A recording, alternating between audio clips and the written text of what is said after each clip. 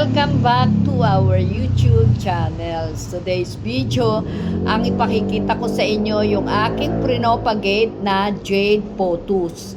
Ang jade pothos ay kulay berde, napakaliliit ng dahon. Ayan, nakita nyo, korting puso. Kakaiba po itong pothos na ito. Ito, jade pothos po ito. Jade pothos, ganyan yan. Ang ginawa ko rito sa maliliit na ito, kinat ko yan between this one. Oh, yan. Yan. So, isang ganito ay pinaugatan ko siya. Katulad nito, pinaugatan ko to ng mahaba. Ayan, pakikita ko sa inyo ito ha. Ayan. Ito yung kinat ko by leaves.